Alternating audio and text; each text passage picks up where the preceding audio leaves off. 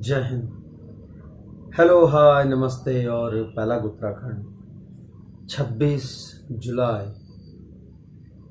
2023 और 26 जुलाई 26 साल पहले यानी कि 1999 याद तो होगा आप सभी को, और क्यों नहीं होगा, क्योंकि वो जो विजय दिवस हम मनाएंगे या मना रहे हैं वो कारगिल विजय दिवस किसको याद नहीं होगा। बहुत कुछ इंटरनेट पर आएगा, बहुत कुछ आप पढ़ेंगे, सुनेंगे, देखेंगे, हर माध्यम से, चाहे सोशल मीडिया के माध्यम से हो, चाहे लोगों के माध्यम से हो, बट मैं उन सब में नहीं जा रहा। मैं सिर्फ इतना कहना चाहता हूँ कि जो कारगिल विजय दिवस है, ये बहुत खास है। और वो युद्ध जब शुरू हुआ था 1999 में, और जब मई में वो शुरू हुआ, लगभग 2 महीने तक चला, 2-2.5 महीने तक, और मुझे आज भी याद है।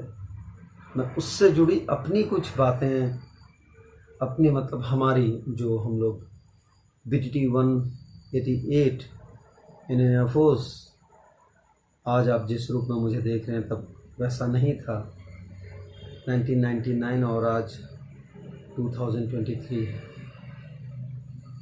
तो जब बात करते हैं कारगिल विजय दिवस की, तो कारगिल की जब लड़ाई छिड़ी, जब जंग छिड़ी, वो टॉप पर बैठे थे, हम नीचे थे, ये सारी बातें आपको पता हैं किस तरह से हुआ, क्या कितने सेक्रीफाइसेस हुए, कितने वीरगति को प्राप्त हुए, सारे स्टैट्स हैं, सब कुछ है। लेकिन मैं बताता हूँ कि उस टाइम में हमारे दिलों में क्या चल रहा था। मैं भारतीय वायुसेना में तब नया नया गया था 1998 में, और हम लोग थे चेन्नई में, हमारी ट्रेनिंग चल रही थी, और मिड कोर्स लीव होती है जो कि 6 महीने बाद जब हम जाते हैं, उसके बाद में हमें फिर जाना था घर, भैया घर जाना था, और उधर कारगिल।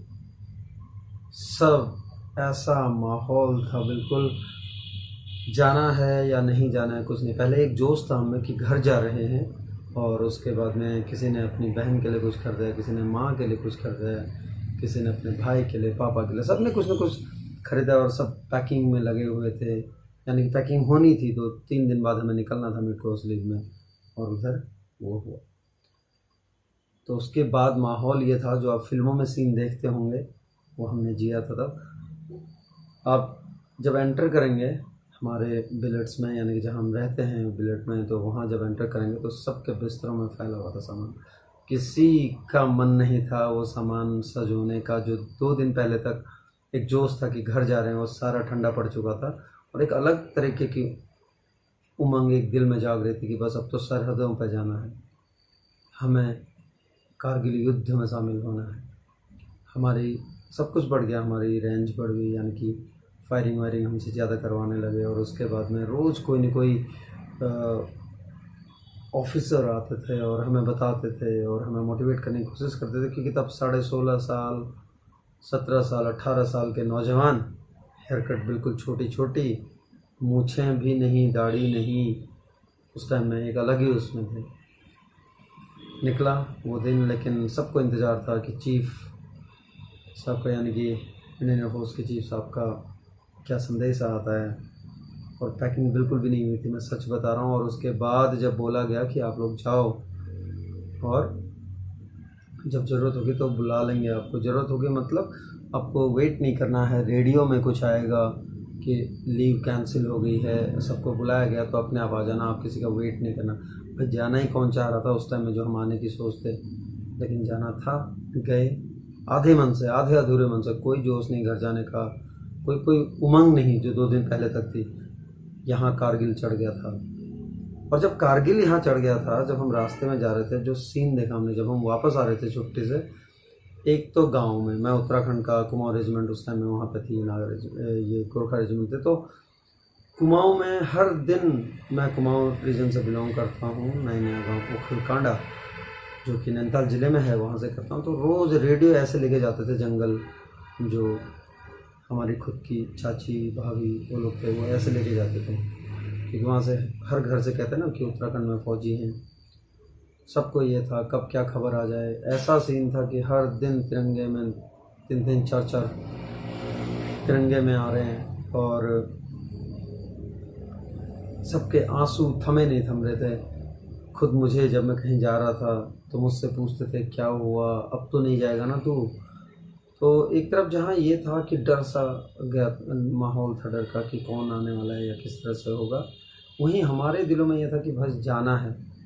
फ़ोन उतने नहीं थे उस समय लेकिन रेडियो सब सुन रहे थे। और तब मुझे लगता था रोज़ मेरे सामने आके कोई ना कोई रोता रहता था, पूछता था कि कैसे क्या है, वो चाहे चाची हों या भाभी। मैं सोचता है क्यों आए होंगे हम घर, आखिर वही रहते।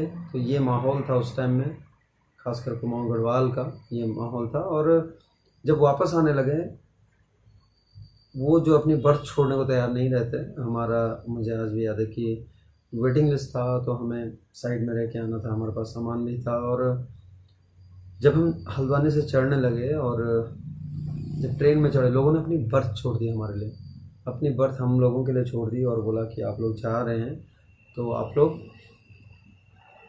आराम से जाइए क्योंकि इसके बाद आपको युद्ध में जाना पड़ सकता है, यानी कि लड़ाई लड़नी पड़ सकती है, तो आप लोग जाएँ। जब हम मिड कोर्स लीव 28 डेज़ की मिड कोर्स लीव काट के वापस जून में जब वापस आ रहे थे मई में जाके, तो ऐसा माहौल था उस टाइम में। और हर युवा या मैं कहूँगा कि हर बच्चा यही चाह रहा था कि उसको मौका मिले बस कारगिल युद्ध में जाने का, उसमें शामिल होने का।